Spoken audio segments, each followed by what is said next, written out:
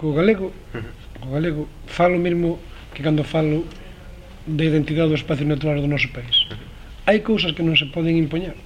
Eu podo decretar mañá o Parque de Ancares parque natural, pero se os ciudadanos non o entenden, estou non facendo mal. O galego, para min, que son galego falante, vivo nunha aldea de 8 veciños, e conozco as entrañas do meu país, o galego nunca foi un motivo de discusión, sobre todo últimamente, asumindo que temos un problema de expansión do galego, que non somos quen de conseguir que se fale máis do que se fala.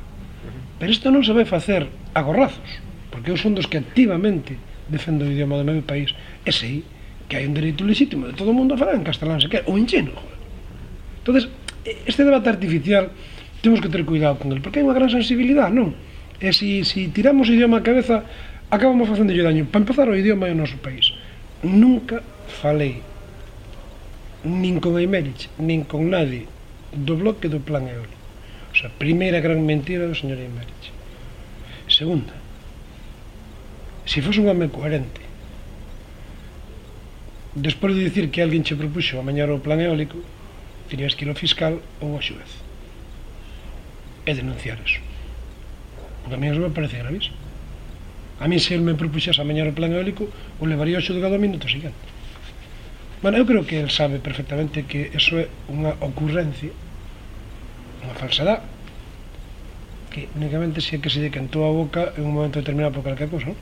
Que pasa? Que eu sei que o señor Eimerich lle doi o que lle está pasando ao bloque co plan eólico, e eu tamén me doi a min ver o que está pasando, non? Pero vamos, esas técnicas son técnicas do PP, non poden ser do Partido Popular. Mentir con ánimo de engañar solo mente o Partido Popular habitualmente, que de eso sei un moito, que vivo lá na Galicia interior. Pero mire ver a un representante do bloque nacionalista, digamos, un representante cualificado, non? Mentindo con esa tranquilidade, a mí me produce escalofríos. En Red Natura permite moitas variedades. A Red Natura vai ter escalonadas 5 áreas, pero en todo caso, o normal é que falemos desto, non? Non que se nos diga aí vai. Entendes? Que se nos diga aí vai é que se alguén se enfade. Eu sei que eu tamén teño un carácter complicado, e non me mordo a lengua casi nunca, non? E cando me preguntan unha cousa, suelo contestar.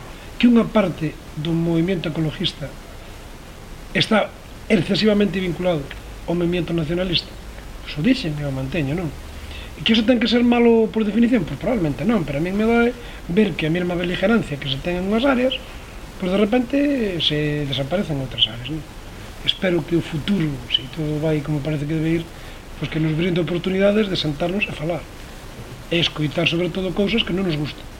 A min as que non me gustan por parte deles, e a eles as que non lle gustan por parte miña, creo que temos que falar.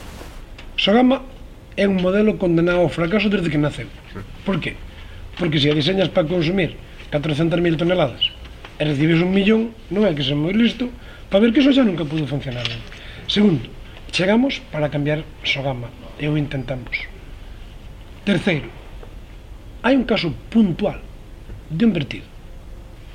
Un vertido donde alguén que estaba ocultando datos, por certo, nombrado polo Partido Popular, alma mater da resistencia de Sogama, xa está na calle.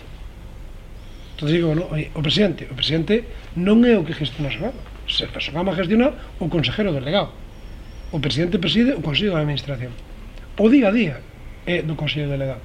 Bueno, eu confío plenamente no presidente. E o que non fai o presidente é milagros. Se de repente estuveron enterrando millóns de toneladas de lixo, dicimos, é que agora hai moito lixo. Home, todo o que enterraron ustedes. E todo o que enterramos nós, mentre non fomos capaces de aprobar o Plan Galego de Residuos Sólidos Urbanos, que está aprobado e que vai a poñer en marcha as plantas de compós de Lugo, de Coruña, de Lousame, do sur de Galicia e do Morrazo. Claro, pero que en pouco menos de 3 anos non podemos cambiar este país con unha varita máxica. Está aprobado o Plan Galego de Residuos Sólidos Urbanos, que aposta definitivamente por a compostaxe. Pero está aprobado con unanimidade de todas as forzas sociales, menos o PP. Rematou o seu trámite fai 15 días. Unha lei de residuos que empeza a poñer as cousas no seu sitio. O que contamina paga, non. O que contamina paga multa. Paga a reparación e inhabilitas.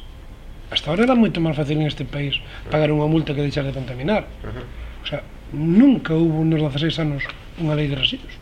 E aprobamos unha lei en menos de 2 anos e medio Unha lei que senta as bases para cambiar a conciencia da política de residuos deste país.